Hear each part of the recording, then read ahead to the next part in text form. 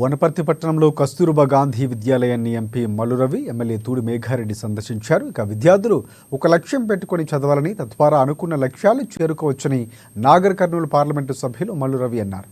విద్యార్థులతో సహపంక్తి భోజనం చేసి వంటకాల నాణ్యతను పరిశీలించారు. కస్తూర్బా గాంధీ పాఠశాలలో నాణ్యమైన భోజనం ఉంటుందని, తాము చదువుకునే కాలంలో సరిగా వసతులు లేవని గుర్తు తెచ్చుకున్నారు. ఇప్పుడు వసతులు చాలా బాగున్నాయని, తాను సోషల్ వెల్ఫేర్ స్కూల్లో చదువుతున్నట్లు తెలిపారు. ఇక బాగా కష్టపడి చదువుకుని ప్రభుత్వానికి రిటర్న్ గిఫ్ట్ ఇవ్వాలని, మంచి సమాజాన్ని తయారు చేయాలని చెప్పారు.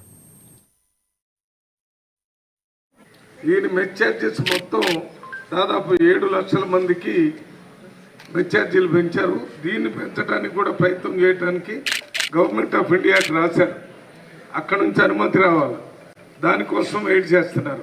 అది వచ్చిన తర్వాత మన దగ్గర కూడా మెచ్చార్జీలు పెరుగుతాయి. దానికి ఢిల్లీలో కావలసిన అధికారులతోనే మాట్లాడటానికి నా వంతు నేను అక్కడ కృషి చేసి త్వరగా అది కూడా ఈ కేజీబీ హాస్టల్స్ వాళ్ళ బిల్డింగ్స్ కానీ వాళ్ళ పిల్లలు కానీ ఇంటి దగ్గర ఉన్న పరిస్థితుల కంటే 2-3 అంతల రెట్లు మంచి భోజనం, మంచి పడుకునే అవకాశం, మంచి చదువుకునే అవకాశం అన్నీ మనకి జరుగుతున్నాయి. ఒక 10-15 సంవత్సరాలకు వనపర్తికి ఏం కావాలో మొత్తం తీసుకెళ్ళి దాదాపు ఒక 455 కోట్లు అయితే మాకు మా పిల్లలకు వనపర్తులు అన్నీ క్లియర్గా అయితే అంటే మొత్తం జిల్లాకు రాసినాం, వనపర్తికి రాసినాం అని అడిగాను. లేదు ఓన్లీ వనపర్తికే రాసినాం, మీరు ఇక్కడ చదువుకున్నారు కాబట్టి వనపర్తి మీద కొంచెం ఎక్కువ శ్రద్ధ ఇచ్చి వనపర్తికి ఇవ్వాలని రిక్వెస్ట్ చేసిన.